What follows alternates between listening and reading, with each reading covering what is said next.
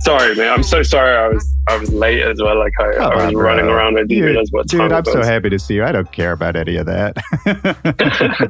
Dude, yeah, you too. I was describing you too. I was like, he's like, I don't say this often, but he's up there with Jesus in terms of nice people, which is like lovely.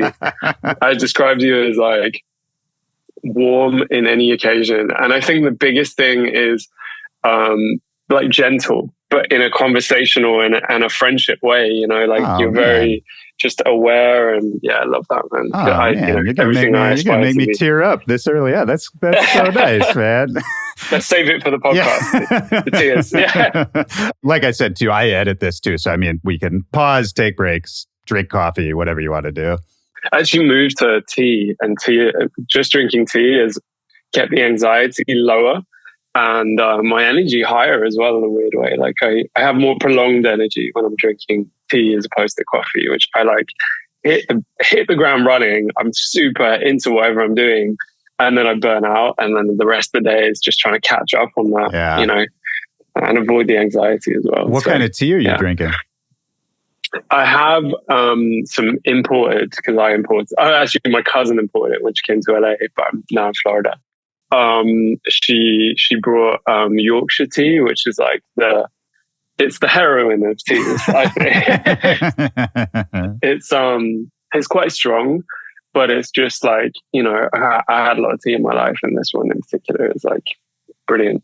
Well, it's funny, man. I had the opposite arc to you, because for most of my life, I didn't drink caffeine at all. Like nothing, no soda, nothing.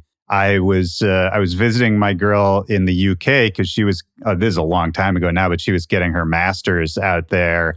And while I was visiting, I started drinking tea out there. I was drinking like breakfast tea, and it was delicious. And I like fell in love with it. And I became a tea drinker, probably like, I don't know, the age of like late 20s, early 30s, something like that. And then only in the last like year or two, I started drinking coffee, and now I'm like a coffee guy. But it's so late in life. I feel like I did it totally the wrong way. Coffee has a time and a place. But yeah, when you hit that peak of like it not doing what you want it to do, or for me at least, like it would just keep me awake all night, which was like never a good shout. So tea is, I try and be a bit more rigid with like when I stop having caffeine, but it never works. Was it, so when you grew up, like in the UK, I'm excited for this podcast, half of which is because like there's all this stuff about like your like youth and childhood I get to ask you about that I just never knew. Have we started? Yeah, sure. Why not? Okay. Yeah. Let's roll take. Yeah. My question is, US people, American people, there's that stereotype of like, everyone in the UK drinks tea, is proper, you know, that kind of thing. Like, was it like that? Was everyone around you drinking tea? Actually, wait, sorry. When does a young UK kid start drinking tea? I don't think there's a start age. I don't think that there's a definitive age, but I think it's one of those things where like, at probably the age of like 13, 14, like you get in, it's been raining, like it's like a ceremony. Like you come in and it might be horrible weather or whatever, but like it's that like kind of, it's the equivalent of like, do you want a beer? Do you want a drink? Do you want a water? Like, but the British version is like, do you want a tea? And like, so now you can take the Brit out of the UK, but you can't take the UK out of the Brit.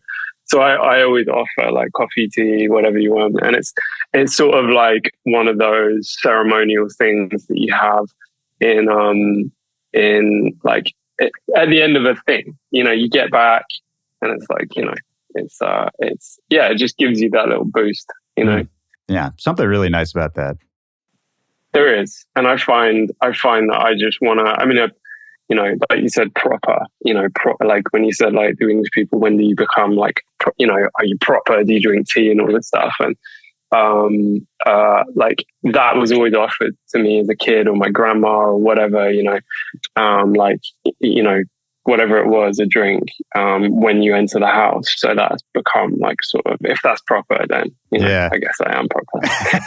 the other thing the word proper makes me think of, and this is just dating myself, but I swear to God, every time I hear the word, I think about this, is I bet you'll know this reference, Twisted Individual, Bandwagon Blues. Yeah. Where yes, the drop the show must done proper. Yeah, I feel like as a like young American kid who was super into drum and bass but didn't have a lot of access to it at the time, that was like that song especially too. I listened to that song and mixes with that song for years, man. I think that was, I mean, we can segue into this if you want, but that was my first love. Drum and bass was my first love. From like, I was going through a,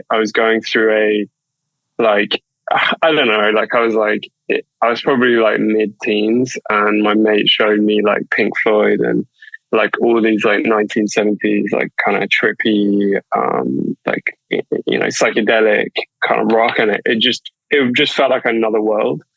And I had like a phase, lots of different phases, like hip hop, rap, like a little bit of like indie and emo, not really emo, but like indie music. And then I went around to my friend's house, Ali, shout out Ali, and he was like, check this out, I just got this record, I just got this CD, burned CD, nice. Like LimeWire, and it was Pendulum's first album. And we listened to it like back to front a few times, or front to back. And like I literally went home that night with a copy of it, and I cleared my whole desk of CDs and things I had and put that one CD down. And that was literally the beginning of my journey into like electronic music. That's so interesting that it was a non-UK act that turned you on to it. I mean, they were like, following this point, like they were so highly regarded in the drum and bass scene because their production levels were so high. Rob Swire is a genius, and they just had something. They had something like really special, and that kind of, for me, was like the beginnings of like, everyone leveling up their sound. Sub Focus came around, and Ram Records became like such a staple. And yeah, but that was the beginning of like getting interested in how do people make music. Like, I was playing the bass a little bit, but I wanted to know how I could translate my bass playing into computer and then be able to play another bass riff along with that riff. And then DJing followed, had loads of record, only drum and bass. And for like 5 years, obsessive.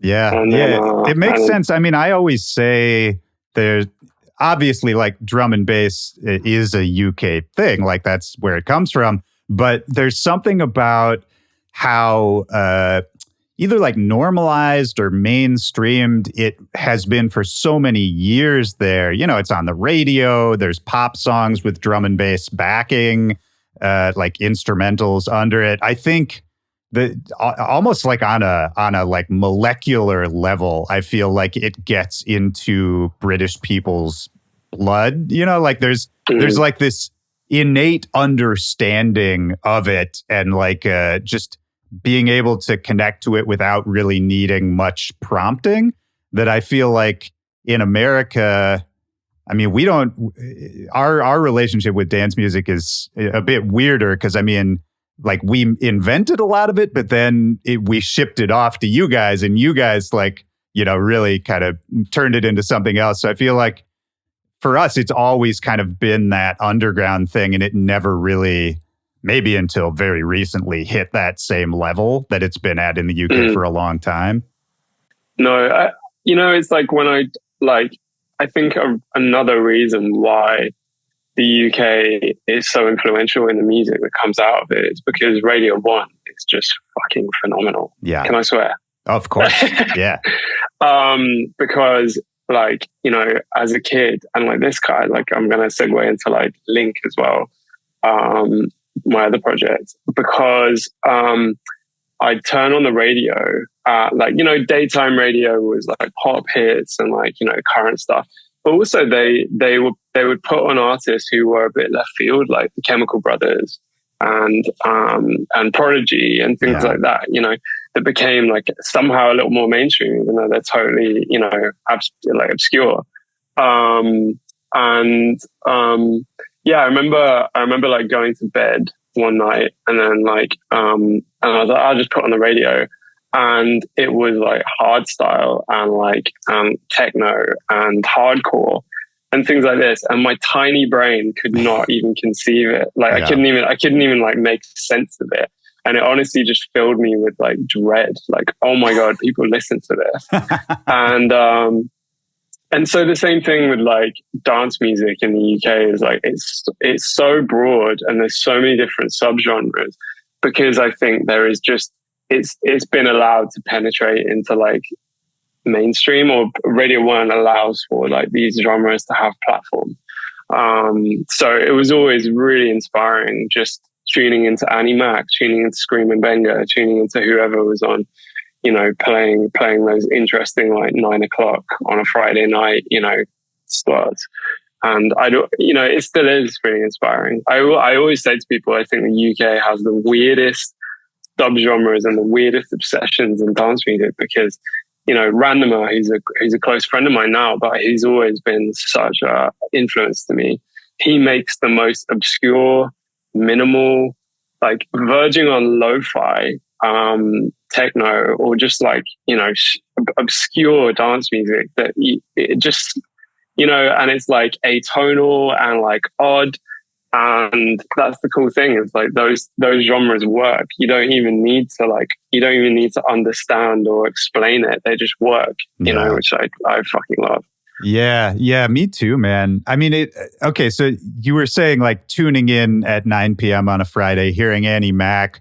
Were you doing that? Like, who is the young Jamie who's getting into all of this stuff? Like, what does your life as a teenager look like? I honestly, like, I think I've always been like a sort of underdog type, or until I became an adult, and I still don't really feel like an adult now. Yeah. But I just like, you know, like my friends in primary school, which is like, you know, age 10 to 15 or something like that. They were into football, and like, I didn't mind football, I didn't love it, but I was still involved in that. And I still had like, you know, I wanted to be involved in that because that was like a cultural thing. It was like, you know, friends are into it. I don't want to miss out, you know?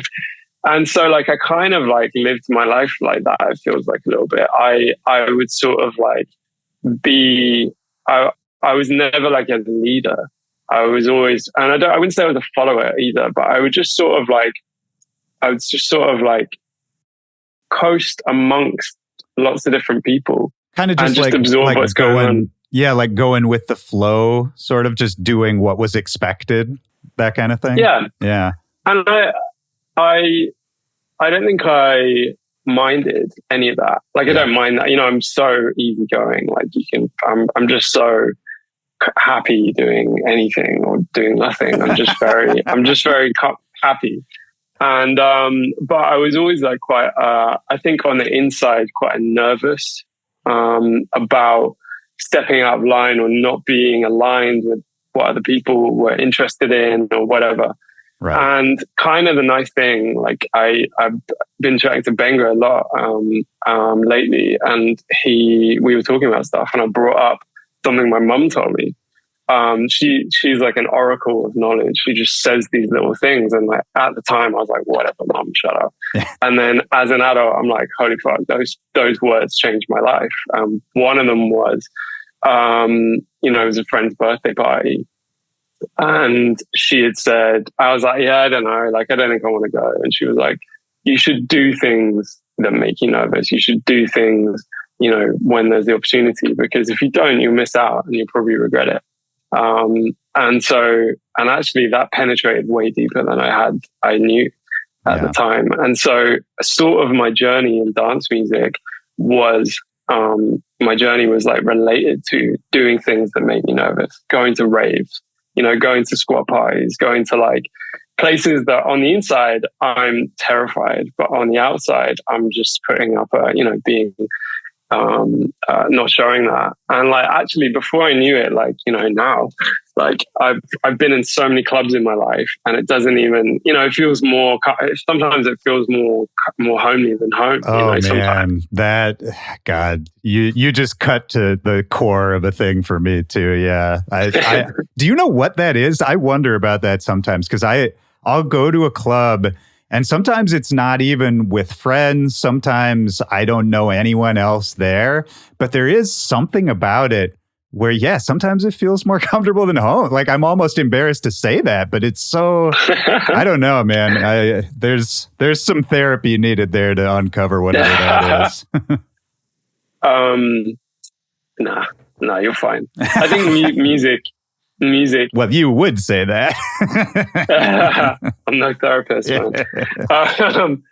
I do put down I do put down my journey in music, and like kind of what I was talking about before this, when I felt like I just wanted to like fit in and slot in to socially, and in school.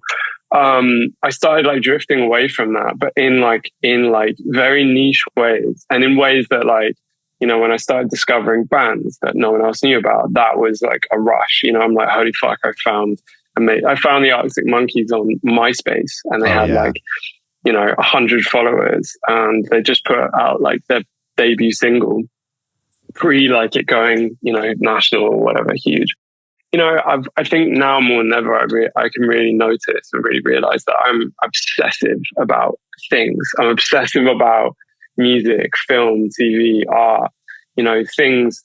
And I can't really put my finger on it. But when I find something I love, I have to research it to the point of like, not even understanding about the artist, understanding who they were influenced by, yeah. And then understanding that person's influences too. And, but I guess going back to my last point, I'm such a rambler. Oh, this is the best. That's all podcasting is.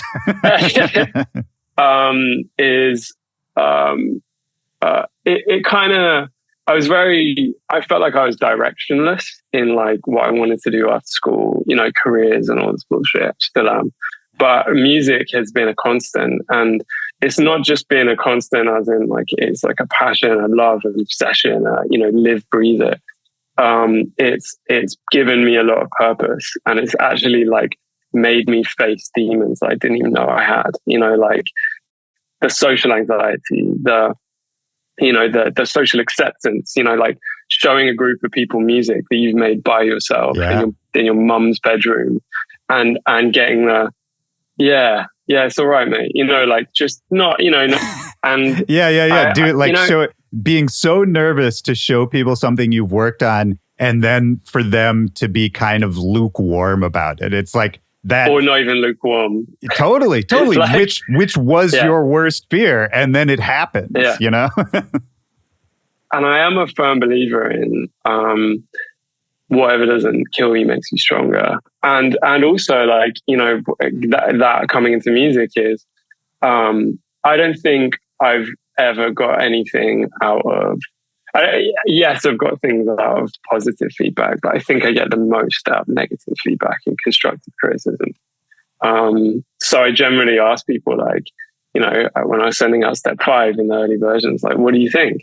And they're like, nice, dude. And I was like, yeah, but tell me what you don't like about it. Yeah. And, it's funny you say that. People who listen to this podcast will know I make comparisons to the comedy world a lot. But just this morning, I was listening to a podcast with Mike Birbiglia. I don't know if you know him, but he's more of like a long form. He does these like one man show kind of things where it's a lot of storytelling.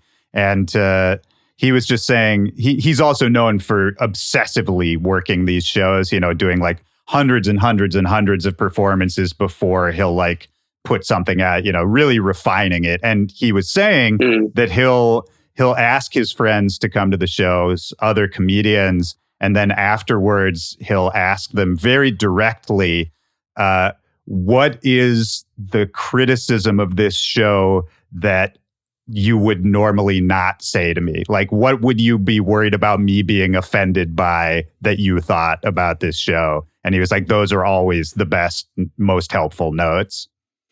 Mm-hmm. I was in Austin, Texas, and a friend, the first tour I did across the States in 2015 was me, Anti-Serum, and Crisley. And we did something like 60 dates across the country. And so from someone I'd been to California, I'd been to New York, that was it. Like, I saw everything. I saw every part of this country. And it was a whole, like, again, like going back to, it was terrifying sometimes, you know, but it's made me the person I am today.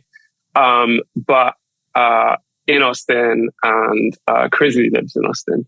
And so I just gave him a shout, and I was like, what are you doing tonight? And he was like, I've got tickets to the Joe Rogan comedy mothership. The club he opened out there. Yeah.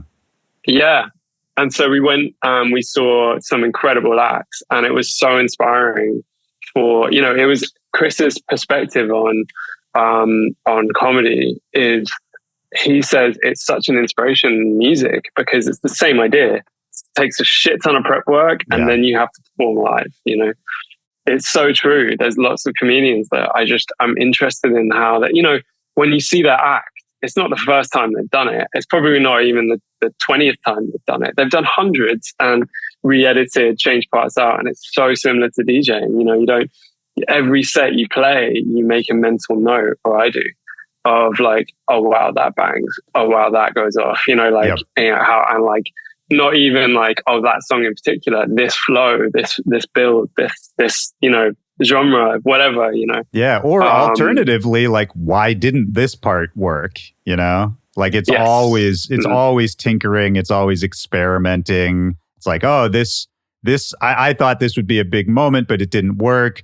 Maybe it didn't work because it was too late in the show. Maybe I need to move it up, or like, maybe they weren't ready for it. And, you know, I have to like frame it better or set it up. It's a bizarre, I love thinking about this kind of stuff too, because it's like, it's another thing I love doing, which is taking a silly thing very seriously, where it's like, at the end of the day, it's like, why didn't this noisy dubstep song like make people dance in a weird way? Like, that's a hilarious thing to like really try to get analytical about, you know?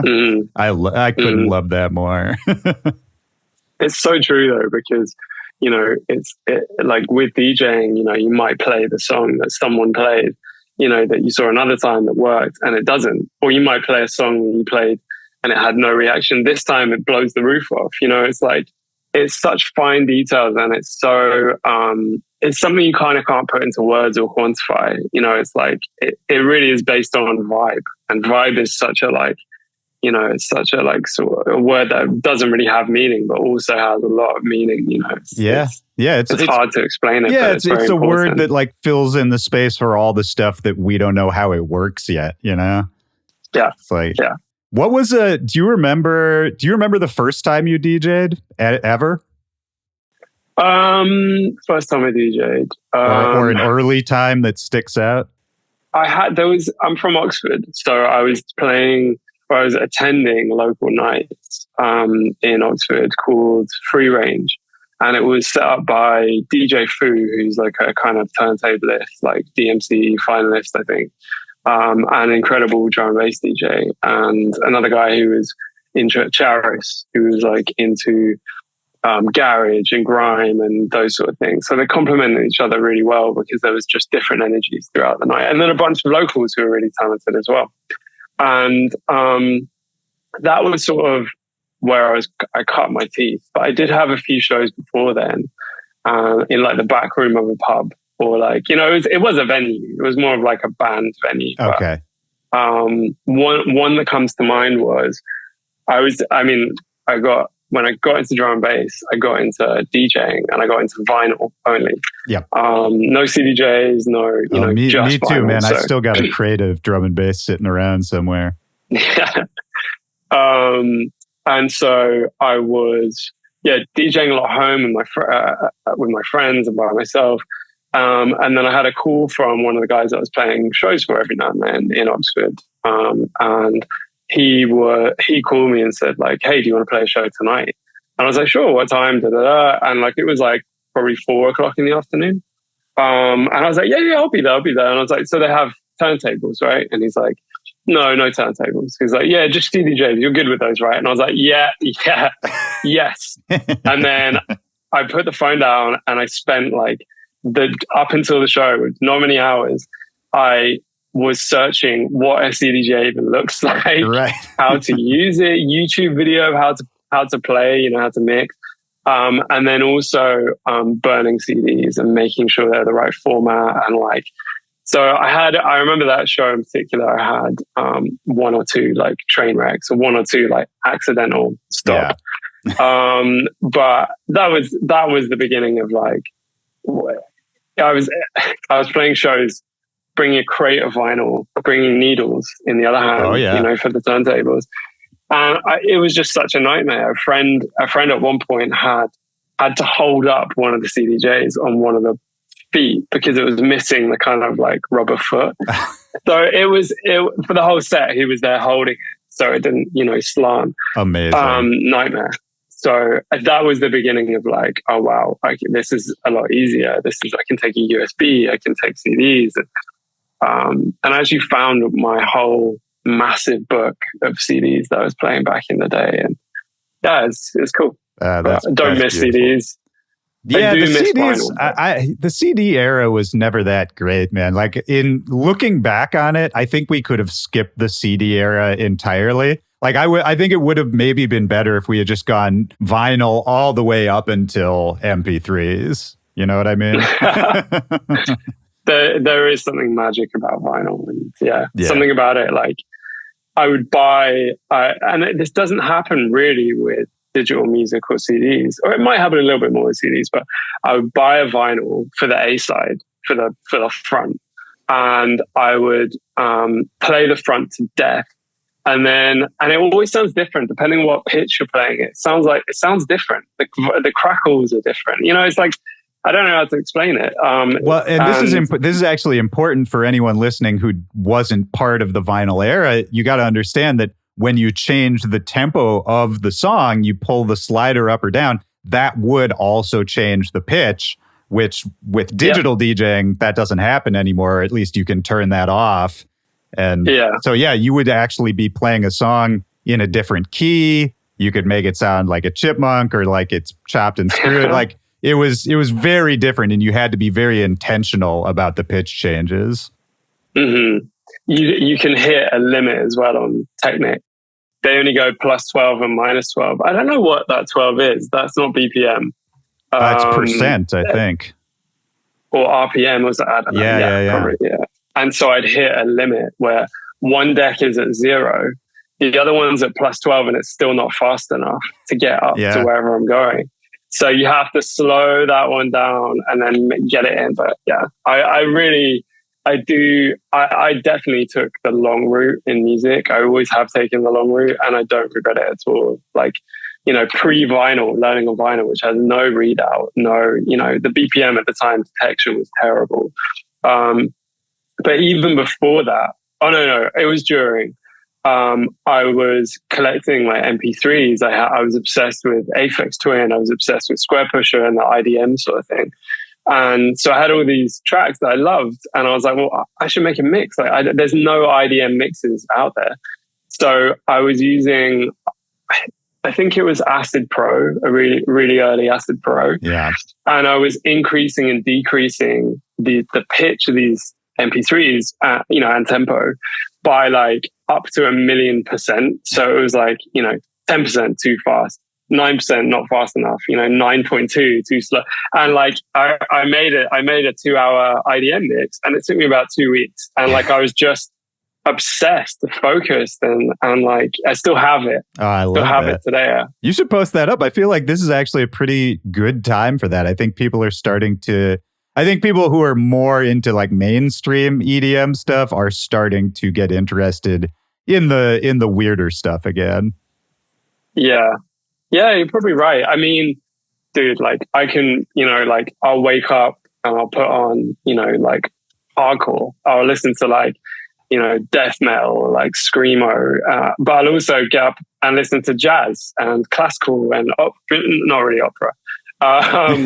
But my music taste is so broad that it's hilarious to me. If I start playing my liked songs, it's like black metal, choral music, jump up drum and bass, classical. It's obscure. And well, dude, I mean, I have the same. I have that thing in my brain too, and I think, I mean, that's just a DJ's brain. First of all, it's just like, you're curating music, which I think at the end of the day is like the best DJs are just the best curators. People who can see the connections between two things that don't seem related. But I'm the same way, man. We got to sidebar, but we got to talk about black metal separately sometime, because I've been, the last year, I like really, really, really got back into it in a serious way. And it's kind of all I listen to right now. But oh god, so we gotta trade some stuff. But yeah, please. Was there music in the home? Were your parents musical? Were they listening to a lot of music when you were growing up? No one in my family, as far as one uncle on my dad's side, is him and his wife, my other aunt, are like musical, but no one else. And so I wasn't ever exposed to people playing instruments really. Maybe like once every 2 years when we see them. But yeah, my parents were both into music big time. But they, they have their lanes, and I guess my dad is quite experimental in his taste. I don't think he'd really class it as that, but he really likes the Tubular Bells, which is the soundtrack from The Exorcist. Right. Anyway, he loves that, and I couldn't stand it as a kid. I just can't fathom it. I think it's fucking awful. Well, it's certainly not like easy listening on a Sunday afternoon. But then he showed me amazing things like the original War of the Worlds soundtrack, which is still fucking phenomenal. It's like massive strings, and it plays out like the whole album plays out like a kind of like an audio movie where they're saying at the beginning, like aliens are coming to Earth, and like, humanity doesn't realize, and then it's the whole progression. Incredible. I still listen to that a lot. And my mum was definitely into music big time. She had like little obsessions with like, she really, really liked No Doubt, Don't Speak. For like at least like 2 years. That was a tape that would get played like, every couple of weeks. That's a cool mom. And then Stevie Wonder as well, and Barry Manilow, and but I think hearing all these records gave me a phobia that I still have today of saxophones. I fucking hate saxophones. It's that cringy 80s, like, like they got the slicked back curly hair and they're like, check this out. It's like the Kenny G thing. Exactly. It's one step away from the chicken that you squeeze and it just squats. I don't mind them nowadays as much, but I had like a hatred of anything 80s and anything like kind of tacky in that kind of realm. Sure. That makes sense. Which I feel like in some ways, you tell me if this is too far of a reach, but I feel like when you started doing the LAXX project, not that there are saxophones in the LAXX project, but I feel like that I saw you doing that. I was like, oh, it's so cool that you're like really stepping into something that clearly you loved as a kid, but for whatever reason didn't come out in your music all the time. Yeah. I think I've always had an obsession with music that makes your hair stand on on their end, like, things that give you that like euphoric feeling. And so like there's a lot of LAXX records where there's big trancey kind of riffs in there and big like, and I guess even like still today, the sound of like a LAXX drop is not necessarily it's as much driven by the like sort of lead, whether it's like lasery or more just kind of, you know, musical kind of stab, as much as it is about the kind of intricate bass movement. Yeah. So Link kind of came about, like I sort of mentioned a little bit about earlier, but hearing like trance and hardstyle and techno and all these genres and Euro dance, like the kind of Eiffel 65 era, which I did like for a bit. I had a real moment with that, with Eiffel 65 Blue and DJ Jean The Launch, these kind of 90s bounce sort of feel. Yeah. The Launch is still such a good record. It is. And yeah, I like that had planted a seed. And then I think the thing that kind of came about, like when I was entering my like drum and bass era, there's a genre called UK hard house, which is like Lisa Lash's. It's a question mark. There's hundreds who are making this particular sound, and it's normally like 145 BPM. It's can be donk driven, like that kind of traditional like Blackpool, whatever you call it, Scouse House type thing, and it's very like rigid. It's swung in some ways, but it's very like it gets in this groove and it stays there. And the build-ups are like obnoxiously long, and then it's like lasery and like. But I think it terrified me because I didn't understand it, and the people who listened to it as well were the people who were like, you know, like selling speed while their daughter's in the car, and like, you know, it's like just like robbing people for grams of hash, and just like not nice people were interested from my perspective. Right. This is you as an outsider thinking like, who would be listening to this abomination? Yeah. I didn't get it. These like lowered Fiat Puntos, like with the like the exhaust all fucked, so it's super loud, and like these are the people that I was trying to avoid because I knew lots of people were getting mugged, you know, like in wherever I was. And so like anyway, that whole genre like was about like drug taking and like pay crime and being a bit of a nutcase. And it terrified me. So like later as an adult, and I think like this, I was looking for a new project around 2018. I was like, God, I just want to try something new. And so that was when I sort of like decided that I'm going to try something. I'm going to see if I can like create a new project just to see what happens. You know, there's so much music that I could be making and other sounds. And I tried all different genres. And then what stuck was this 4 to the floor, like high energy, you know, vaguely psytrance related, which I did have a thing for as well, still do. Yeah. And then Link came about, and it was almost like, you know, I can really make any genre, I can make any sound, I can make any, you know, I've been making music most of my life, but for it to come naturally and from the heart is a different story. Before I knew it, I had these records stacking up, and Johnny Joyride was spending a lot of time with him in the studio in Hollywood, and lots of my other really talented friends, Safe Haven, incredible designer. They all like hopped in and gave me these little pointers, like, you know, how about this? Try this, you know. And before I know it, like Logo was adapted by Safe Haven, just slanted, and like nailed it perfect. Yeah. You know, the name Link Joyride, Johnny came up with. Oh, interesting. And it was just like, it was this seamless, collaborative in a weird way, but just people wanting to help and like wanting to get, you know, creatives. And it was a really amazing time. But yeah, that was, I think I've kind of jumped past it, but that sound became an obsession because I realized I was fascinated by it. Right.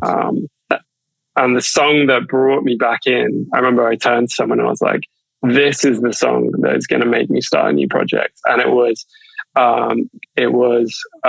Club Caviar remix of oh fuck, what's it called? Anything Club Caviar is incredible. It's but now all the techno DJs are playing it, and I've been playing it, and it's an incredible clash between like that sort of hard house sound, the trancey sort of thing, and then Euro all blended in, and it's incredible. Man, there's something about not only because I love that stuff too, and like happy hardcore was like the first kind of dance music that really set my brain on fire when I was a kid too. But there's something about all your Link stuff. You hear the fun in it. Like I can hear how much fun you had making it, and I think that's always my favorite kind of stuff. I also have really, really nice memories. You know, you were talking about Joyride and that studio complex in Hollywood. And there was that one time I came to LA and met up with you, and you took me there, and we went on a little tour, hung out with Johnny, and, you know, there were a bunch of other people floating around, a bunch of different studios. Johnny strikes me as I don't know him super well, but strikes me as a somewhat private person. I don't know how much he wants it out there, but like that whole complex of studios that he's kind of building out, and that community, I think about just hanging out with you there, I don't know, once a month. Maybe it was just like such a nice, inspiring environment. And it gave me a little window into maybe what life was like for you at that time, just hanging out with those people, a lot of whom seemed to be extremely talented, first of all. I mean, Johnny Joyride, one of the best living, I think, right now.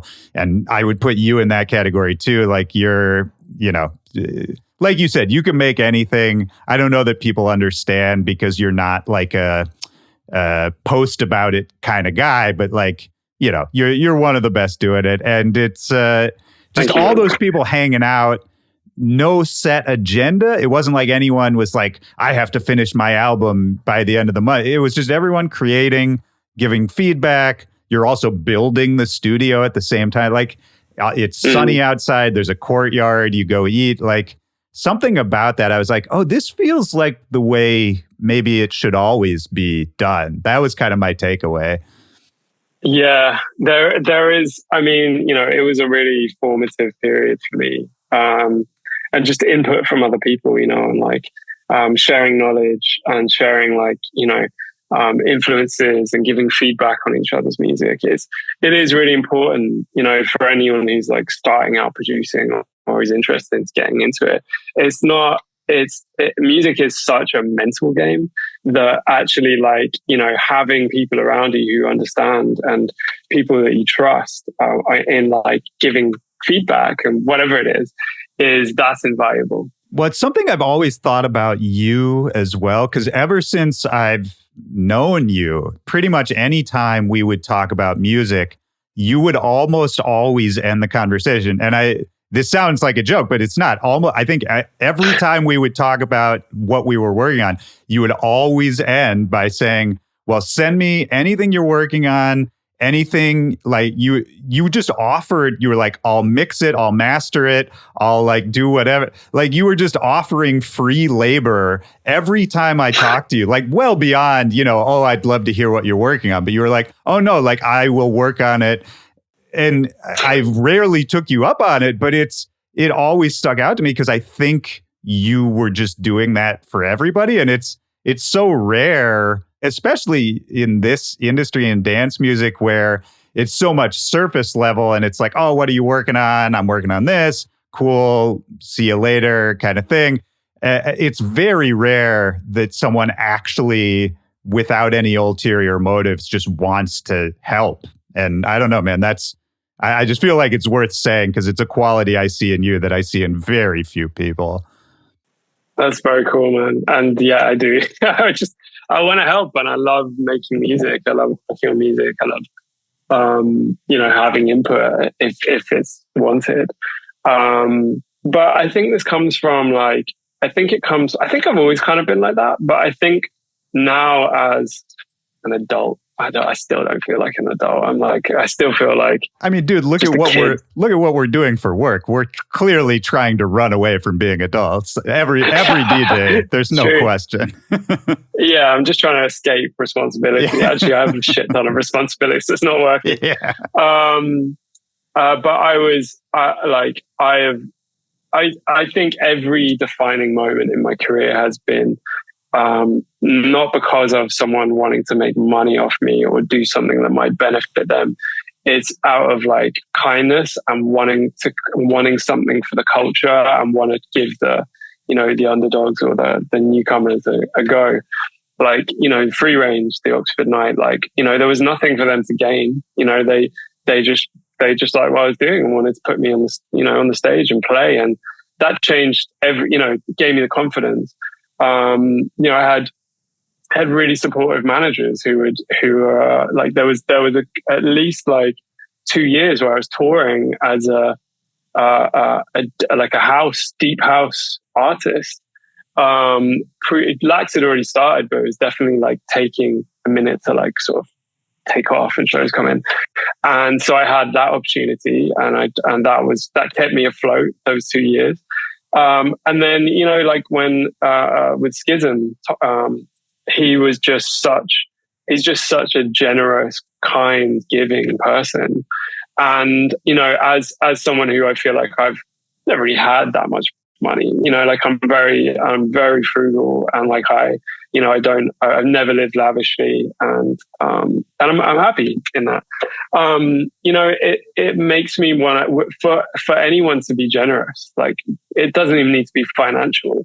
For anyone to be generous with their time, with sharing experiences or whatever it is, is the fucking coolest thing I could ever imagine. Being generous in the world that we live in is like the most, like, that's the coolest thing, I think. And that's why the person I want to be, remembered by, or, that's legacy, right? Like that's, I talk about the idea of legacy on this a lot because I kind of don't believe in it. And I think so many people get obsessed with it and then they die and it doesn't matter.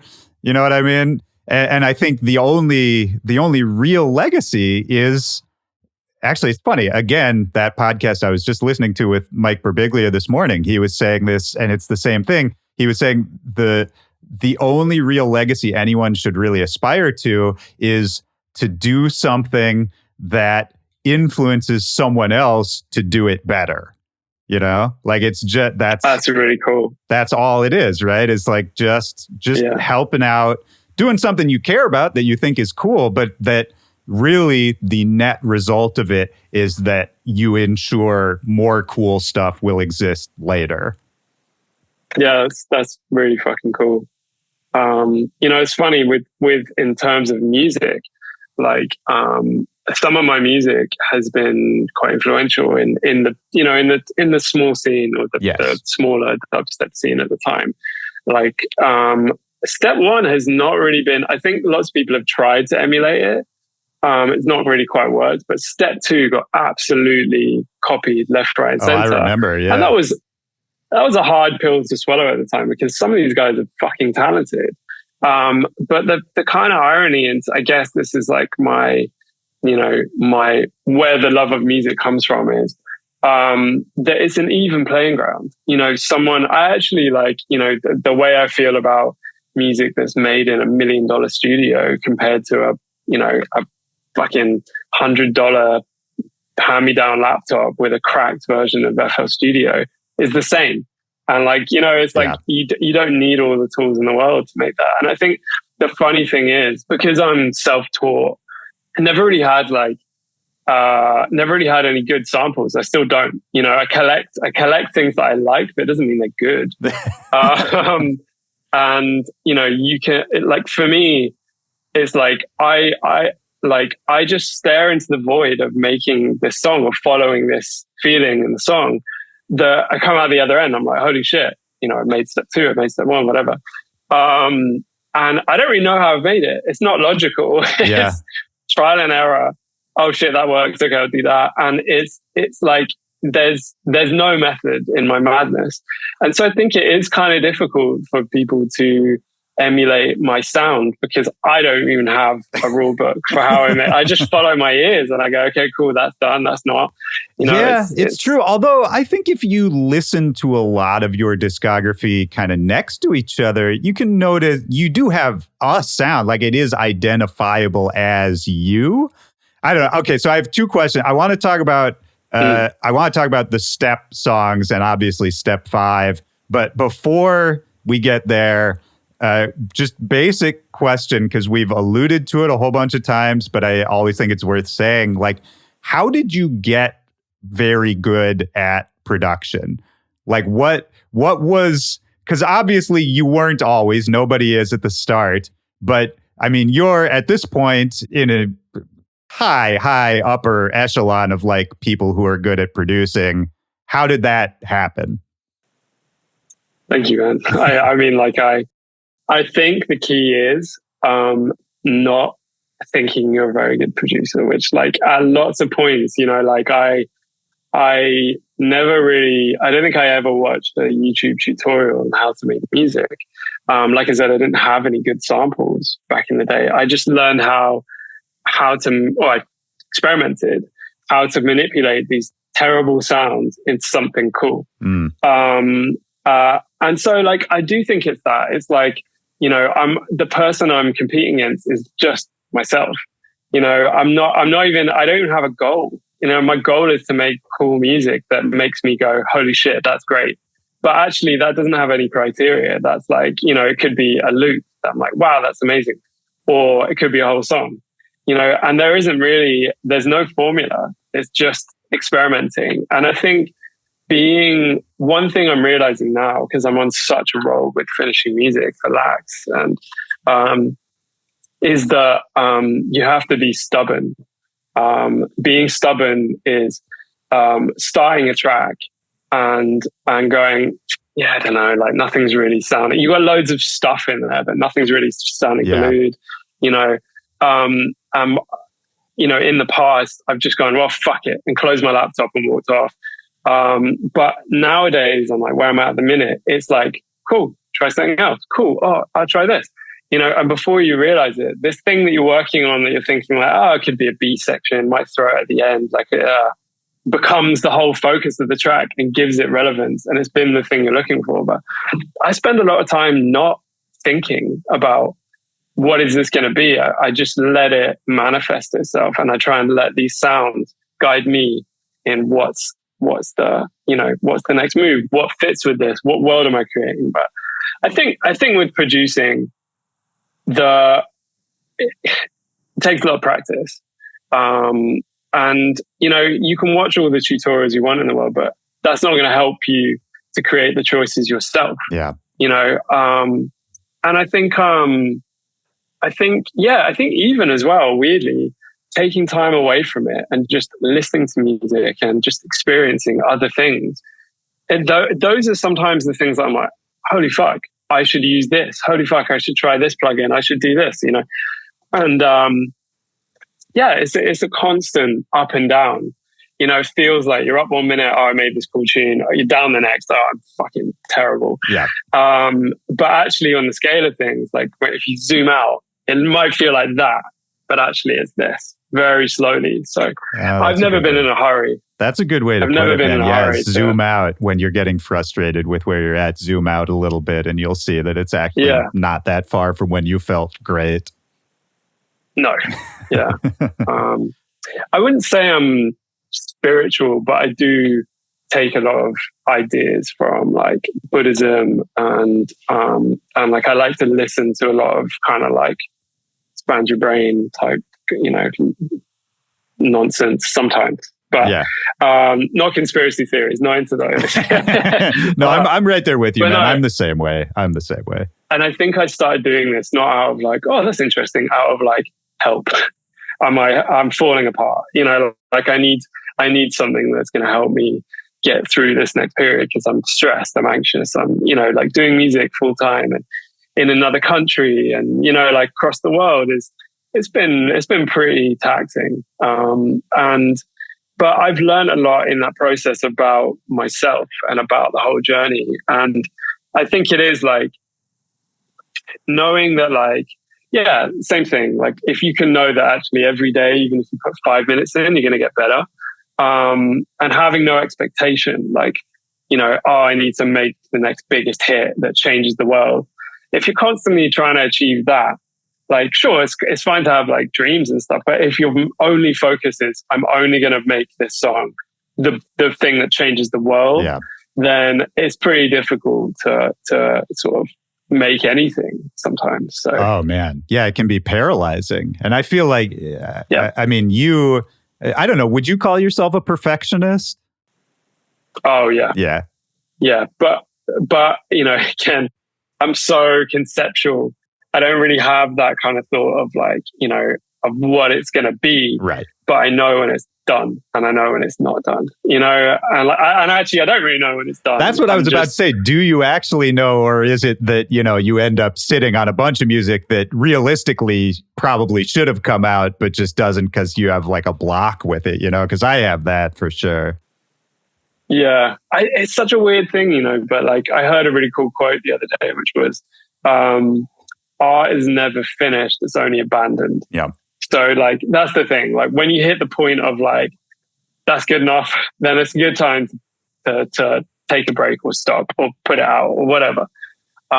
Because like I could have carried on with step 5 and it was version 60 and I've been working on it on and off for 2 years. You know, it's like, I will never stop, but I'm getting better at being like, that's done.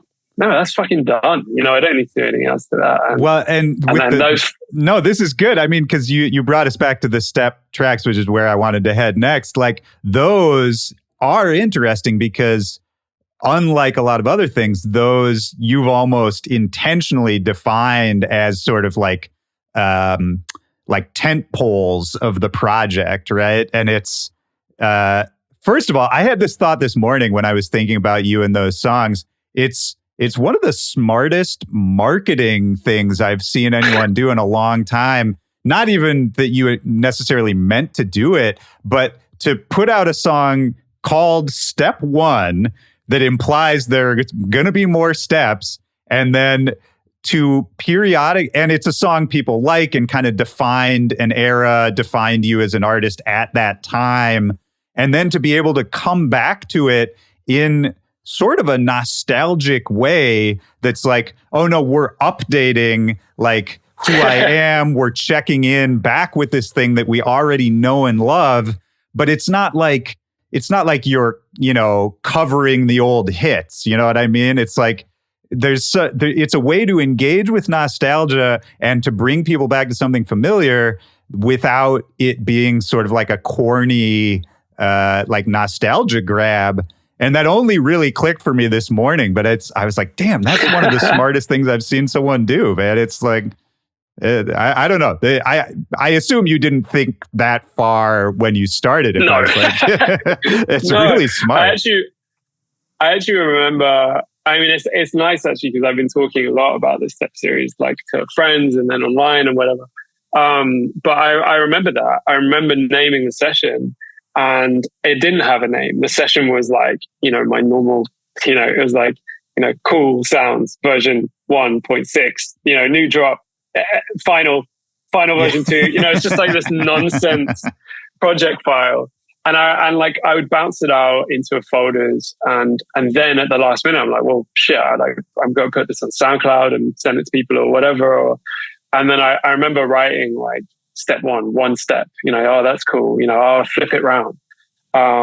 Because I felt like I was making a step into something different for me as well. And it also just, you know, not to blow my own horn, because I don't even feel like I was present in the inception, in the creation of step 1. It's, you know, it's one of those things where you get, you know, you don't even feel like you were there. It just happened. And then people know you for it. And like, you know, but ultimately, like I was looking for a thing and I wanted to give myself that limitation of like, how about if I could only use 4 notes? How about if I had to like, you know, create that vibe in the intro too? How about if it had this feeling and this uplifting brass, whatever, you know, and then that just became a thing. And like now it's still really fun. Like I'm energized working on the Step series because it's got limitations. And like it's not like not everything can be a step, you know, not everything can be a step 6. It has a, you know, it might have all the exact sounds, but it might not feel like it. You know, it's like there's criteria that I've set myself, but there's also this magic, like, I don't know. Yeah. Doesn't feel like a step, so it's not, you know. Totally. And it, yeah, man. And it can be something for people who follow you and like what you do.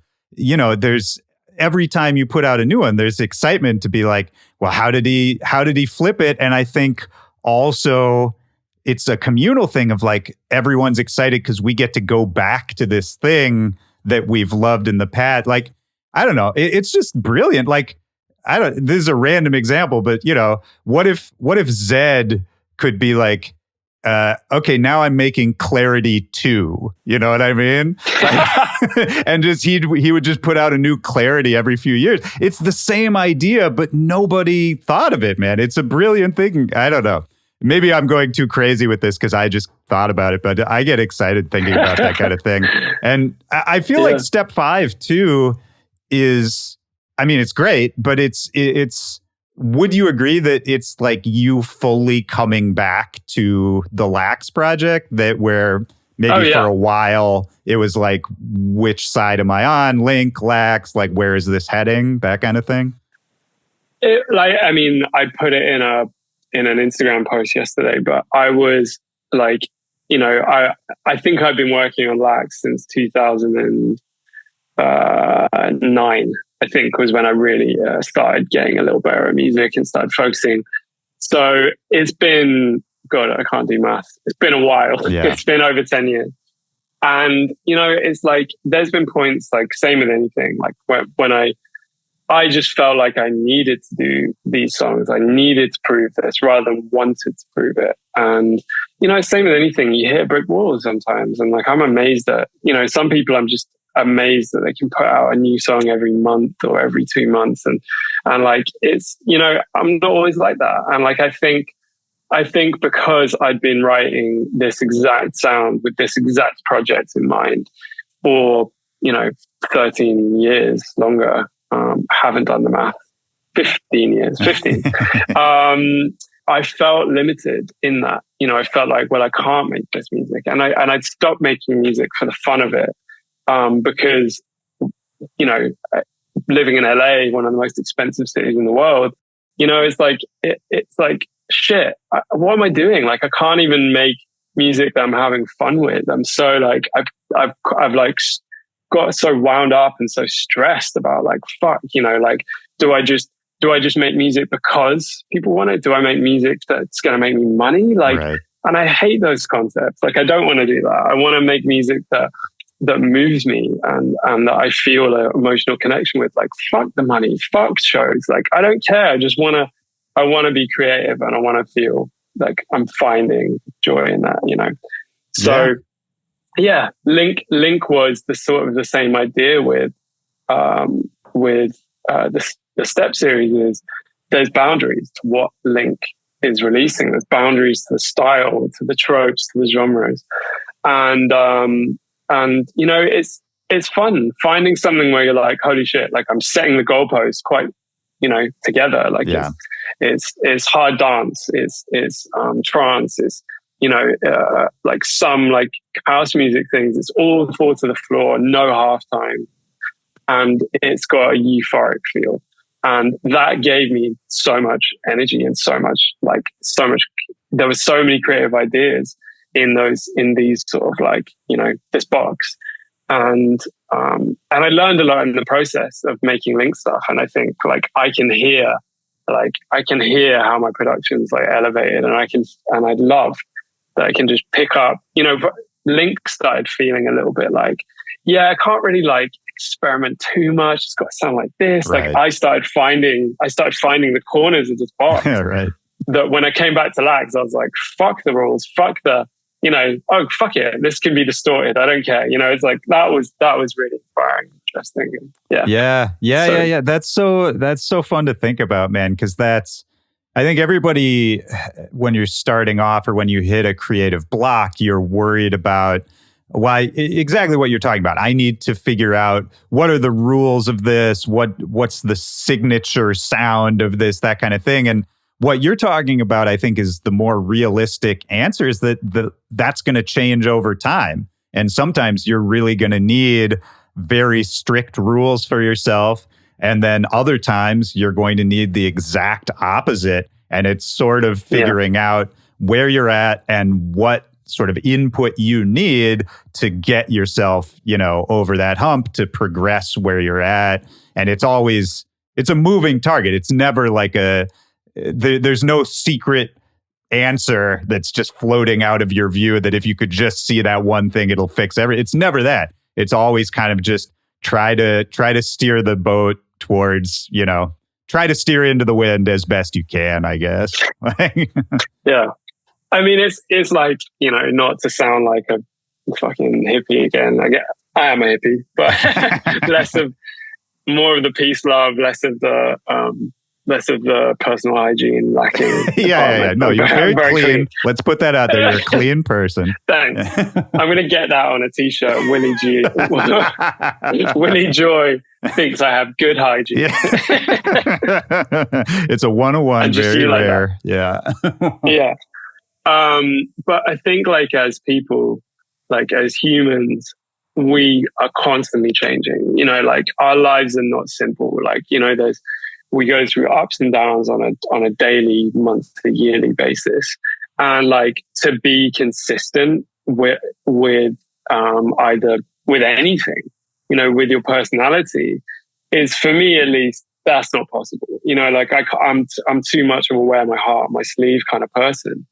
And I also it feels disingenuous to make music just because I know how, not, I've made this tune because it made me feel a certain type of way. I was inspired when I made this song means a lot to me, or whatever it is. And, I'm sure that sounds ridiculous when some of the tunes I put out are just gnarly dubstep with bizarre bleepy sounds in them. But it is true.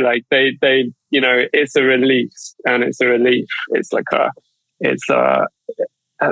sound like such a douche, but it's true. You don't at all. You don't at all, because that's the whole point. Is that it's the process. It's what was happening in your life when you made the song. It's never actually, as much as we as humans focus on the end result of everything, we also simultaneously know that it's never about that. That's never the important part. No, but music has saved me at lots of points in my life, and I feel like I sort of owe it to music to put everything I got into it and to release things that I feel passionately about, because it's a very honest thing. You can tell when the tune is manufactured and it doesn't have that kind of raw emotion that you can't hide that. And if one of my tracks helps one person have a better day, or anything, if it makes them feel something, then I'm happy. Dude, that's it, man. I mean, yeah, that's about all you could really ask for. It's interesting because I think about you, and I mean, you've said a few times you're a happy person. You try to go towards happiness. I always think of you as an optimistic person, a person who always brightens my day. But then we're also talking about how, music has stressed you out at many points in your life, and how making it work financially is a whole thing that gets in the way of that pure love of creation. What do the hard times look like for you? Because when I think about you, this is another thing I was thinking about this morning. I was is Jamie just one of the happiest, sunniest people I've ever met? Or is he like me in some ways, where everyone always tells me how nice I am, but inside I'm I'm not that nice, I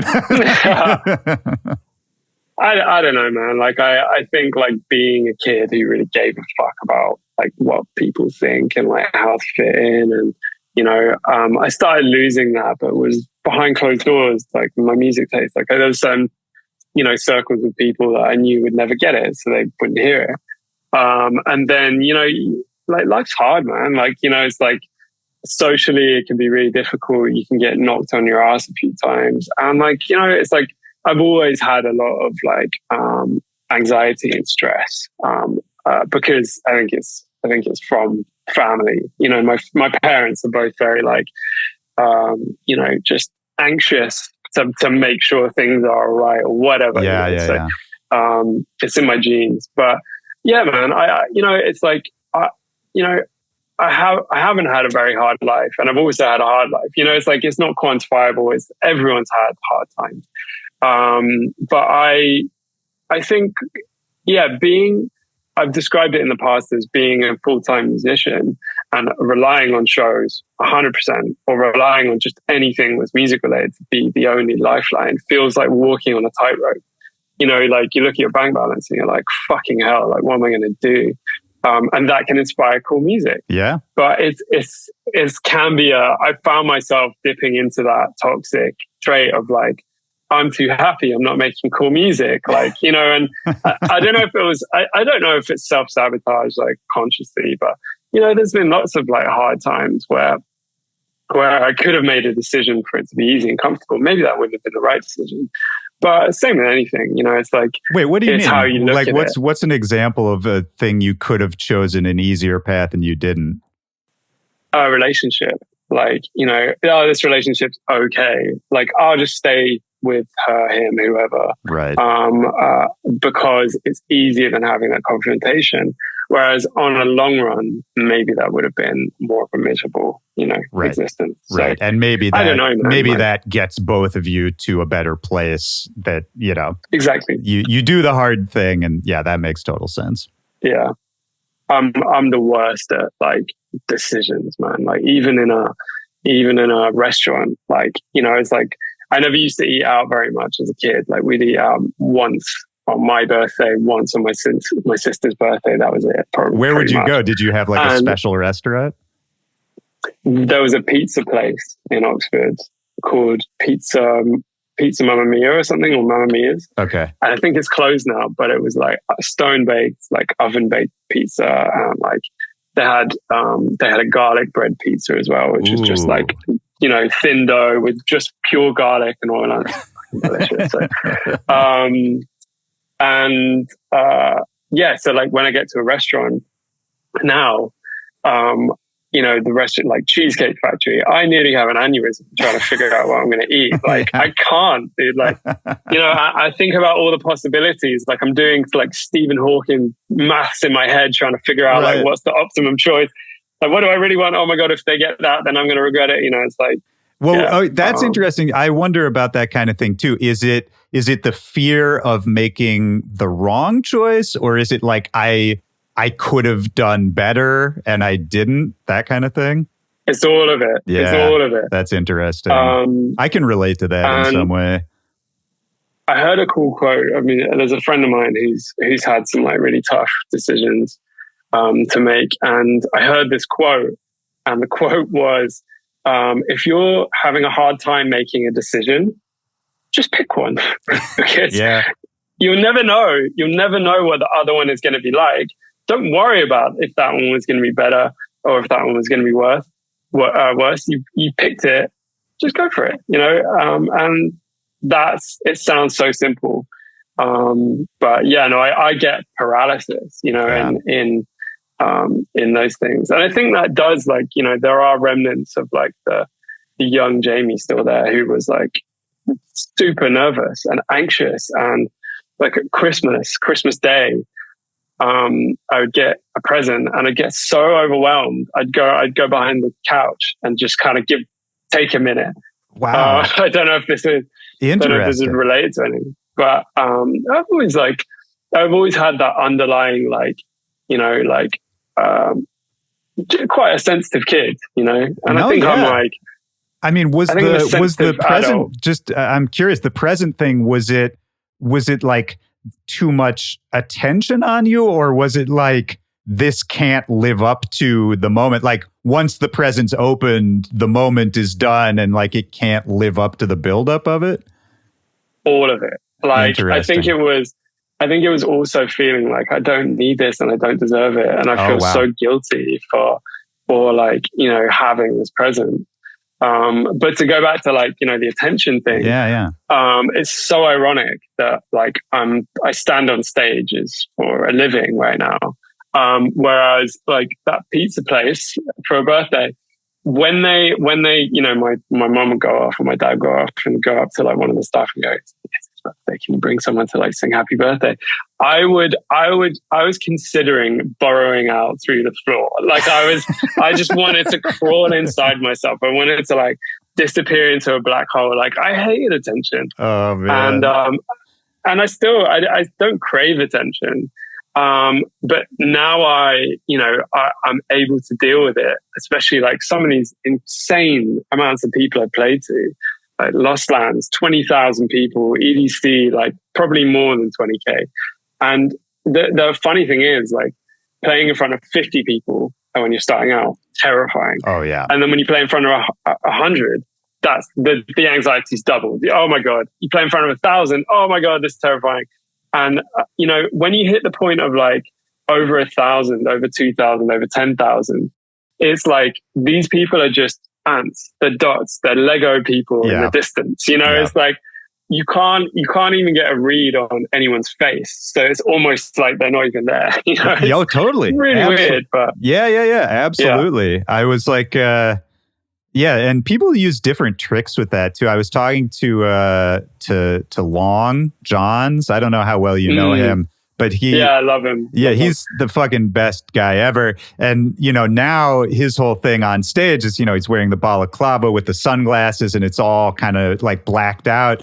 And I asked him once, I was like, wearing those glasses, because I was looking at them up close, and I was like, they're really dark. I was like, how can you even see what you're doing up there? And he was like, well, I kind of can't. And it's actually really helpful. Yeah. He's like, I can't see anyone and I can barely see the CDJs. And like, so as I just concentrate on the music and the performance, and then the rest of it, I don't even have to worry about. And I was like, God damn, that's so smart. Well, I know that all too well because when I started getting booked for shows as LAXX, people know my face is LAXX. I don't, you know, it still baffles me that anyone knows me. Well, because you got those like sexy promo pics out there, man. Your face has been. But lowest common denominator, I was like, I'll wear sunglasses, and at least there's a separation between the two, or glasses, whatever. And so that became a thing. And let me tell you, I can't see shit when I'm playing. Like, can't see shit. I'm wearing earplugs. You know, it's like, can't hear shit, can't see shit. It's hard sometimes, but thank God the CDJs have light up buttons and LEDs on, because like I can see that, but I have no idea who's in the crowd. That's how I knew I was never going to be the cool guy DJ. That was always my first question about wearing sunglasses in a club. I was like, but how do you see what you're doing? I was like, what you need is the ones that like flip up. Yeah, that's a really good call. There you go. Yeah. But dude, okay, so you were talking about like, you know, having anxiety and paralysis. What's funny to me, and I would murder myself if I didn't tell this story while we were doing this podcast, was the very first time I met you in person. And I want to hear if you remember that night or anything about that, because the very first night I met you in person, you were like the most impulsive person of all time. And it's a thing I think about still all the time. It's one of my favorite stories to tell. Do you remember the first time we met and what happened? You're going to have to tell me this in private, but no, I don't. I'll tell you right now. It's nothing bad, but I think, you know, we knew each other online. We were sending music, maybe this similar thing, the way all DJs meet. And then I was living in San Diego at the time, and I went up to LA, and we were out at a club, not together. We just happened to be there at the same time. And I think it was like maybe Avalon or maybe whatever Academy used to be, whatever that was called. but one of the big LA spots, some trendy DJ was playing. I have no idea what was happening, but you and I were there and a few other DJs, and we were hanging out backstage, just chatting, having fun. And then at a certain point, it was kind of late, and I was like, I'm going to drive back to San Diego. I got to go. Like, I'm not going to stay all night. Yeah. And you were like, oh, cool, I'll come. And I was like, I do remember that. Yeah. And I was like, what? And you were like, yeah, can I come with you? And I was like, to San Diego? We're from Los Angeles right now at 2 a.m. And you were like, yeah. And I was like, I guess, sure. And then you just, like, within 5 minutes, you left the club with me, hopped in my car. You didn't have a bag. You didn't have any. No. Like, it was in the middle of the night, and I dropped you off. I think you fell asleep halfway through the drive, and I dropped you off halfway, some random house, a person I didn't know. And it was just the funniest. I don't know. It was just, I loved every second of it because I could have never predicted it. No one has ever done something like that with me before, where they're just like, let's go hang out. It's so fun. I tell that story all the time just because, I don't know, man. There's something about it that's uniquely you, and I love that story. That's really cool. I like, as someone who finds it really hard to make decisions, like, I got the nickname of Turbo Jamie when I'm like really, really locked in, I guess is the word. But I'm like so devil may care. I think it's almost like it can be very devil may care. Like, just fuck it, let's do that. Sounds great, like, because you only live once, But I remember that specifically because I was like, where do you live again? You're like, San Diego. So I thought you were LA. And I was like, no way. I think I was meant to be going up at the weekend or something. Or there was a reason why I was. Yeah, I mean, you knew people there, like, for sure. Oh, yeah. But yeah, I remember being in your car and being like, dude, it's great to meet. And just out. Out. Because it was the middle of the night and, we had been up and partying and all that. But yeah, it was so funny. And then we got together for brunch the next day, I think. And, that turned into whatever our relationship, our friendship is now. But it's just it's like my favorite way to start a friendship I've maybe ever had. That's really cool, man. Yeah. I love that. I can be very, like, Miami Music Week a couple of weeks ago. I was like, fuck it, let's go. So we went down for 12 hours. And luckily, like, where I'm staying is like not super far from Miami. Went down, partied, was up until like 7, 8 a.m, came back. And like, nice. It's just like an impulsive, like, fuck it. And, maybe I'm trying to escape the kid version of Jamie who was like, and I was like, yeah, I'll have to think about it. It's like, no, fuck it. No thoughts. Let's go. Which again, I mean, that's what you were saying earlier about music writing too, is like, so just making the decision, just committing to whatever it is without thinking it to death. I think that's as valuable in music as it is in life, man. That's like the secret to all of it. Mm. It is. And I to anyone who's struggling, I don't want to say that I'm some sort of like, what do you call it? Like, prophet. Like, I don't know, like Jesus type character. I think Willy you're a lot like Jesus, in a lot of ways. Yeah, I'm not religious at all. But when I try and think of like nicest people ever, I'll just put him at the top. I don't really know anything about him. Yeah, he seems nice. That's such a funny thing to say about Jesus. He seems nice. Yeah, I don't know what he does, but he seems all right.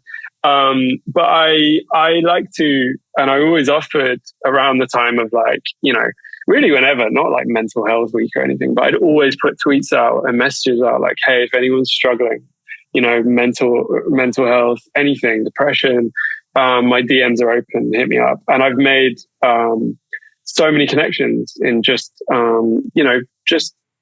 they would have been strangers, or and now they're people, that I have regular communication with. And I always want to do that. I always want to like reach out and make sure people are okay. And, I don't know. I don't know where I got that from. Maybe that's from, sorry, I don't know where that came from. Right. But yeah, I do. Oh, that's my advice as someone who was really nervous and anxious as a kid, is like, switch this fucking thing off and just go. You know, words will start coming out your mouth. You don't have to think about it. And like, that has got me far. So yeah. That's good advice, man. I don't know why it's making me think about this, but, you know, right when we started talking, you were mentioning that recently you've been talking to Benga a lot. And he's somebody who, I don't know him at all, but he's somebody who I think has had that interesting arc as well of like, you know, one of the founders of this sound that is still, you know, as big as it's ever been. But he's been in sort of the background of it for a while, took himself out of it for whatever reason, and is coming back now. And it's when I was getting ready to talk to you, I think this is my point. I was like reading old interviews and like, you know, how sometimes promoters will like use old, outdated biographies when they're posting about events. Yeah. I found an old one of yours that was like, I think when you had just started LAXX, and it was like, he's getting support from people like Scream and Benga, but this is like the old Scream and Benga, like when they were, you know, still in that early era. What do you make of somebody like Benga, founder of the genre, who supported you early on from what it sounds like, and now sort of reconnecting, talking about it now? Like, do you make anything of that? Absolutely. We chat a lot. You know, he took some time out for music, in which I did too, kind of. I just kind of switched lanes and tried something different. But it can be really hard. It can be really like, you know, if you lose what's fun about it, then it just becomes work, and it should be fun, you know.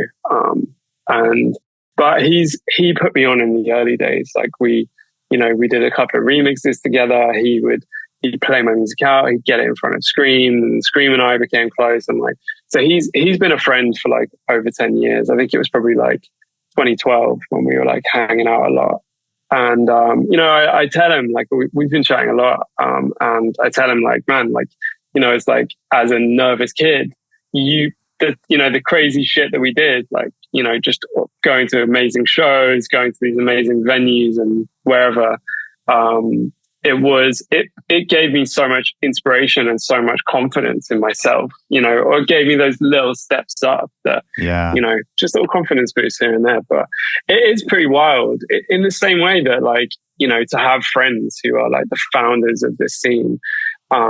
It's also weird to be considered as someone who has changed the scene a little bit. It's very weird and very disconnected. Like I don't feel like that guy. I feel like I just made music, and sometimes it hit. But yeah, he's, you know, it's like he's just a really great guy, and you know, it's just a friendship. But we're working on some music too. Oh, sick! So, man. That man, I can't even imagine what that sounds like. You got to preview something. Send me a clip or something, because I'm fascinated. There's one on my story right now. He played the show. Like, I'll check it out. He played the show on Friday, and there's still clips going around. So, yeah. Were you still living in the UK when you first met him, and he was like supporting those early tunes? Yeah. Okay. Yeah. It was pre like touring the States, which was 2015 was when I started touring the States. So it must have been like any time from like 2012 to end of 2014, something like that. That's so cool. Which feels like eons ago. It feels like I wasn't even there. Well, when did you move to the States? 2016, but I spent so much time in the States because I was touring and I was playing bus tours and fly tours, and like I was hardly in England for 2015. So I just decided like, fuck it. It wasn't a very difficult decision. It was some friends of mine who lived in the Valley were saying, in the Valley, in San Fernando Valley. They called me and they were like, hey, like we had someone move out. Do you want to move in? And like I would stay with them when I was on the West Coast. And I was like, you're joking. Like, you're calling me on a fucking Tuesday afternoon asking if I want to move across the country. I was like, man, like give me a second. Fuck. And like I remember being like, I was like, my God, I can't think about this right this second. And I was like, I'll let you know. I put the phone down within 24 hours. I was like, yeah, I'll be there on Thursday. It was like, it was not a difficult thought, because, you know, I was flying a lot.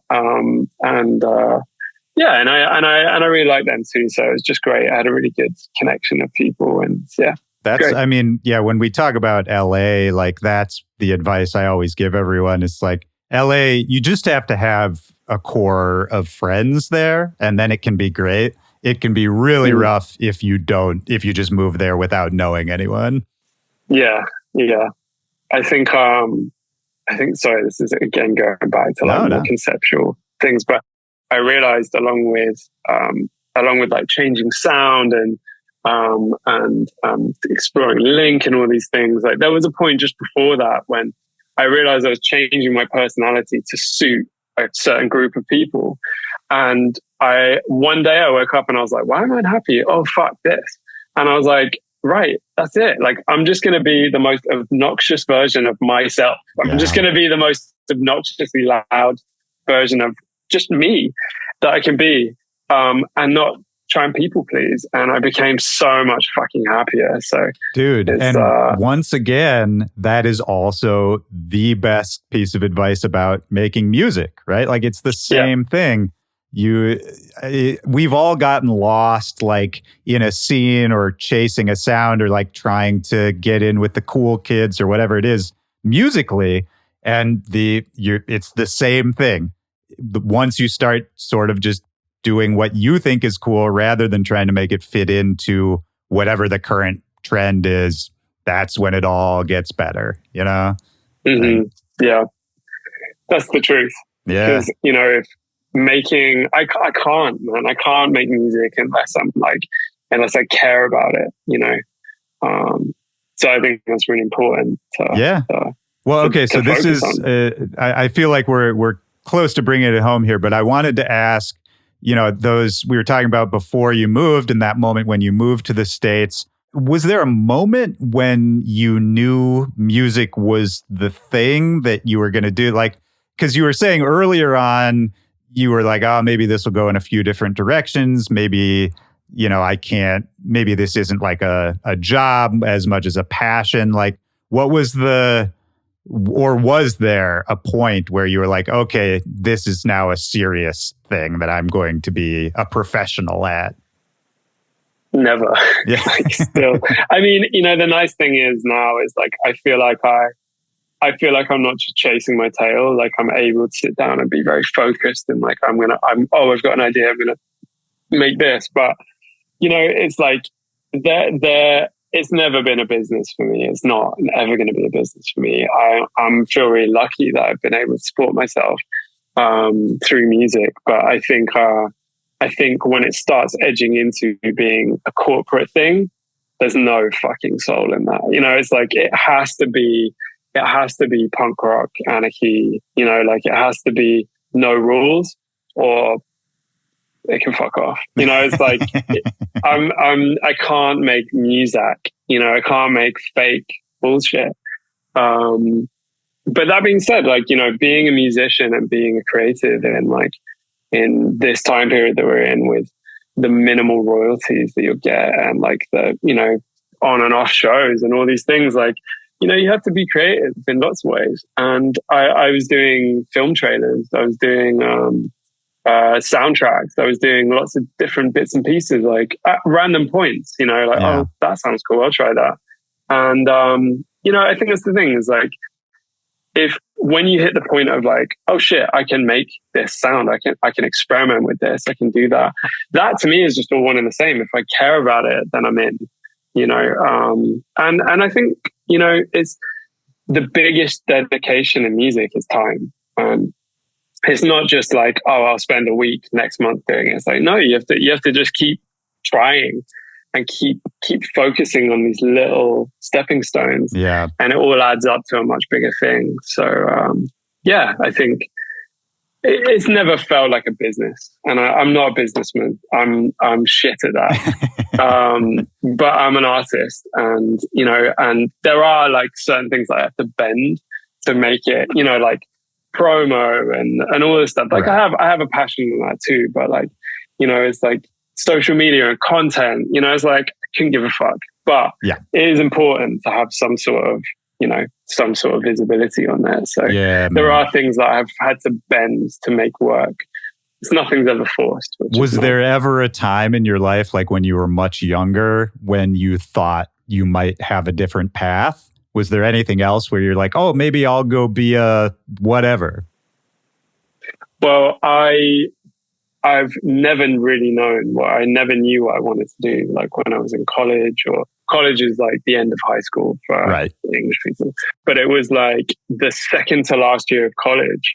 Before I went to university, I didn't even know what I wanted to do. I was just doing whatever and signing up for lessons. What do you want to do? I was like, well, fuck it, I'll do art. I like art things.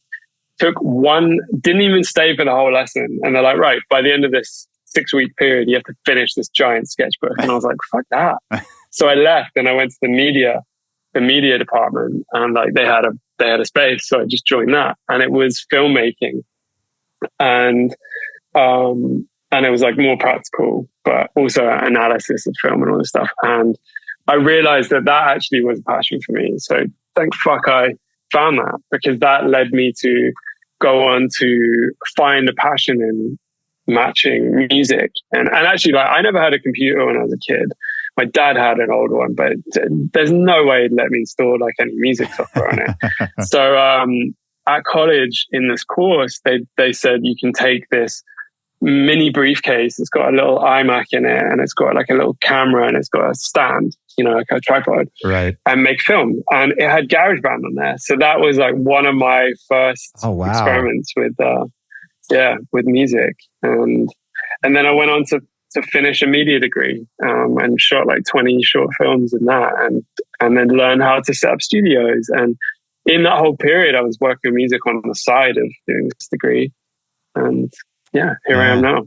Oh, that's so cool, man. I was also slow to develop, or like not slow learner, but kind of just like, I always felt like I was a little behind everyone else developmentally, in terms of like it always felt like everyone else knew what they were doing or what they wanted to do. And you've had the beard since you were 11, though. I know that already. You know what? I had the beard since I was 15 or 16. That is actually true.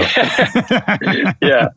Imagine you're 6 years old with stubble, I mean, when I was in high school, I was I was obsessed with like new metal, like Limp Bizkit and Korn and all that. So I kept trying to I would grow the beard like long, and then try to do like the spikes in the beard, like gel it up, and man, I had some wild choices when I was about that age.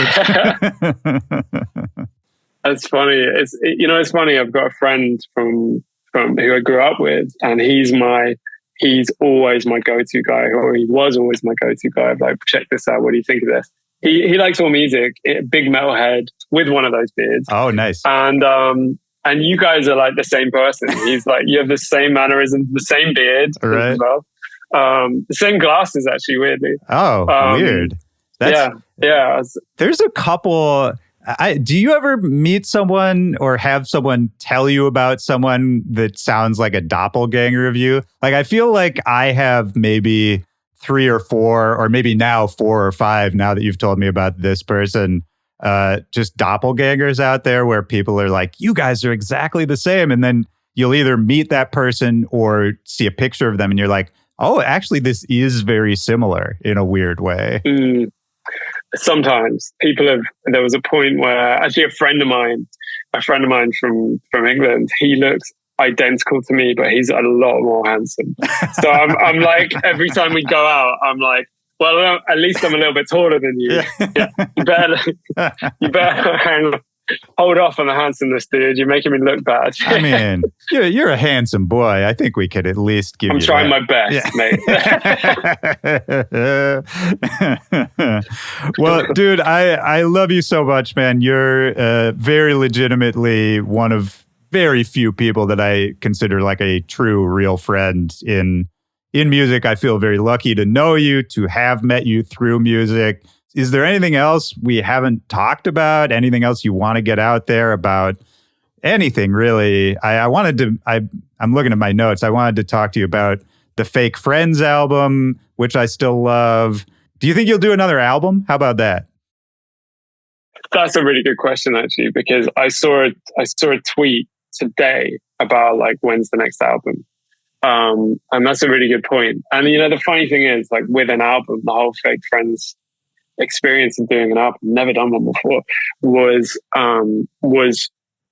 it taught me a lot about myself and a lot about music. And actually, like, yeah, maybe. I think what would be as exciting to me is like an LP, 6 tracks, something like that, with a sort of a story arc or something in it. Yeah, I'd be really up for that. But no, I haven't thought about it yet. Yeah. You don't have to. It wasn't a question to put pressure on you, but I was just going back and listening to that album, and like even the Fake Friends song itself, which is housey and something different for the LAXX project. It's I still would play it to this day in like a house set. There's like I just love hearing you stretch out. Cool. Yeah, since finding my footing with LAXX, like the last 6 months, and getting really, really invested, like not that I wasn't invested, but finding my treadmill speed, with making music, like I'm back on full pace, which is great. A lot of the music I'm writing is within the 130 to 150 sort of territory, all halftime, or quarter time, and just like, just exploring sounds and grooves that I feel strongly about. But I have I've been working on other tempos too. And like, that's, having a project, I feel like is really exciting to me, whether it's a sketch project, whether it's like Link, another music project, or whether it's an album. Yeah, I think I should probably pursue that. Yeah, man, whatever feels fun, I think. Yeah. Maybe you don't even have to be consciously worrying about it and just, lean into it. I feel like that's the theme of this whole conversation is don't overthink it. Switch this off. Yeah. Run on fucking autopilot. You'll be all right. There you go, man. Well, I feel like it's about time for us to switch this whole thing off. Is there anything else on your mind? Anything else you want to get out there? I mean, man, like we've known each other since probably 2016, 2017, maybe. Yeah. And probably online or even earlier than that. Yeah. But I was saying today actually that like I've been meaning to do a back-to-back podcast with you for forever. So just thank you for having me, man. Like I was telling you. When you hit me up, I was so excited. I was like, because I've been waiting for it too, man. But I never like to push it on people. So I was like, it'll happen whenever. But yeah, I've been so stoked for this, man. Great. Yeah, me too, dude. I was telling Ali today, my girlfriend, I was like, Willy is just the best fucking guy ever. Like, he's just such a lovely person. So yeah, it's like hanging out without hanging out as well. Yeah. But if I was going to break down my, it's like same thing. I haven't been using this too much in our conversation. My God, I fucking ramble. It's like, I'm aware of it, but I go on these tangents and I like vaguely make it back and then go off on another tangent. So, dude, good luck finding edit points. I mean, welcome to my life, dude. Like I hear myself ask questions and then just, it doesn't even, like I'll frame it like I'm about to ask you a question and then I just talk for 5 minutes and forget where I mean, that's like this whole podcast, man. You've been great. And I can say this as somebody who has done hundreds of episodes with hundreds of guests. You're a great guest and there's a lot of great stuff in here. There are many episodes that are not nearly this good. There wasn't too many impulsive decisions on my end. So maybe I need to like get on a flight and midway through the podcast just appear in your screen. Oh, I like that. Yeah, that would be good. I watched Baby Reindeer like the other week and watched another like stalker documentary last night. And like, yeah, it's very like, as I said that, I was like, oh my God, this sounds like stalking. No. So yeah, don't worry. I'm not outside with, radio gear. I mean, nothing would make me happier if you were. Yeah, if you're a really shit stalker, I'd just like just pop up and be really nice. Yeah, you'd be too excited to like say hi, so you couldn't actually do the stalking, you know? Yeah, just run off giggling. Yeah. Just the sweetest stalker of all time. It's just a guy who wants to hang out with you. Yeah. But it's okay if you don't want to too. Right. That's another thought. Actually, another funny thought I had this morning about what this podcast was going to be. It was like, I think it's just going to be two of like the nicest guys in music awkwardly complimenting each other. And that's kind of what it was. Yeah. It's like one of those, no, you go first. Yeah. No, you go. And it's going to be at the end. No, you hang up. No, you hang up. I love it, man. Well, dude, thank you for doing this, man. That's all I got to say. I'm really, really happy it happened. We'll do it again sometime. And I hope I see you soon somewhere.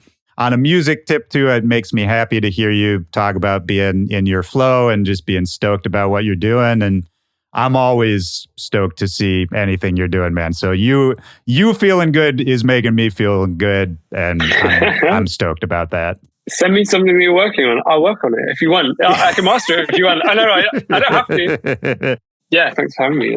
Thank you, buddy. I love you. That's it. We're done. I love you too, dude.